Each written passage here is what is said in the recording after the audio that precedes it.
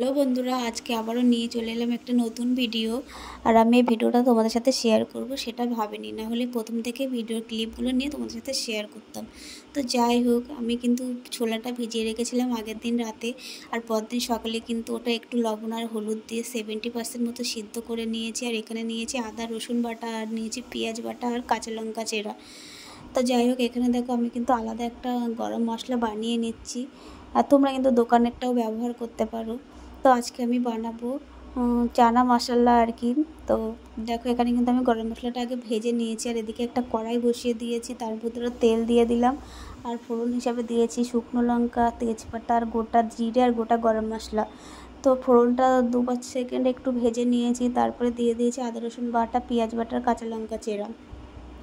তো জানি অনেকে অনেক সুন্দরভাবে আরও ভালোভাবে ভিডিও করে পোস্ট করে। তো আমি যেভাবে বাড়িতে ঘরোয়া পদ্ধতিতে রান্না করি সেটাই তোমাদের সাথে শেয়ার করলাম।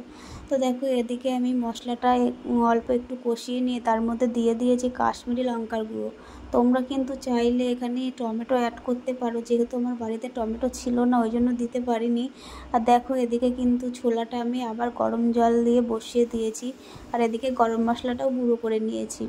আর দেখো, গরম জল দিয়ে দিয়ে কিন্তু মশলাটা কষাতে হবে, কারণ মশলা থেকে অনেক কাঁচা গন্ধ বেরোয়, সেটা কিন্তু অনেকক্ষণ ধরে না কষালে হবে না। তো এখানে আমি জিরে আর ধনে গুঁড়ো দিয়ে নিয়েছি। তোমরা কিন্তু টমেটো অবশ্যই অ্যাড করবে। আর দেখো, মশলাটা কিন্তু আমি 30 থেকে 35 মিনিট ধরে ভালোভাবে ঢেকে ঢেকে কষিয়ে নেব আর কি।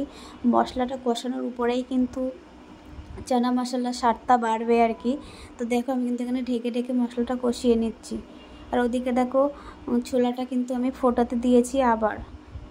আর এখানে কিন্তু ঠান্ডা জল ইউজ করবে না, কারণ ঠান্ডা জল ইউজ করলে কিন্তু খেতে খুব একটা ভালো হবে না। যে কোনো তরকারিতে দেখবে ঠান্ডা জল দিলে টেস্টটা খারাপ হয়, কিন্তু গরম জল দিয়ে করবে দেখবে কতটা সুন্দর হয়।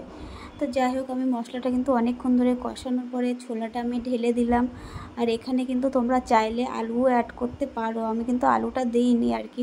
আর তোমরা কিন্তু চাইলে পনিরও দিতে পারো এর ভিতরে, ছোট ছোট করে কেটে ভেজে পনির কিন্তু দিলে দারুণ লাগে খেতে। আমি পরে একদিন তোমাদের সাথে সেটাও শেয়ার করব। তো যাই হোক, এখানে কিন্তু আমি 5-6 মিনিট আবার ঢেকে ঢেকে জাল দিয়ে নেব, কারণ মশলাগুলো ভালোভাবে হয়ে যাবে আর কি। তো তারপরে দেখো, আমি কিন্তু এখানে চিনি দিয়ে দেবো। তোমরা কিন্তু যে যেমন মিষ্টি খাও, মিষ্টির পরিমাণটা তোমরা বুঝে শুনে দেবে আর কি।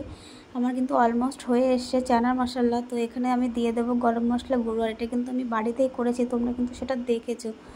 জানি অনেকে অনেক রকমভাবে করে এটা, আর আমি যেভাবে করলাম আমি সেটা তোমাদের সাথে সেইভাবে শেয়ার করলাম। তো দেখো, এটা কিন্তু প্রায় হয়ে গেছে, এবার কিন্তু আমি এটা নামিয়ে নেব। আর দেখো, এটা কিন্তু খুব সুন্দর সিদ্ধ হয়েছে, বা বেশি সিদ্ধ হয়ে যায়নি। তো আজকে রাতে কিন্তু আমাদের ডিনারে এটাই ছিল, রুটি, ডিম ভাজা আর ছিল চানা মশলা। এটা কিন্তু রুটি, পরোটা সব সাথে সব কিছুর সাথেই খাওয়া যায়। তো আজকের ভিডিওটা তোমাদের কেমন লাগলো? যদি ভালো লাগে তাহলে কিন্তু একটা লাইক করো, কমেন্ট করো, আর চ্যানেলটা সাবস্ক্রাইব করতে ভুলো না। দেখা হবে আবার একটা নতুন ভিডিওতে। ততক্ষণ তোমরা খুব ভালো থেকো, সুস্থ থেকো।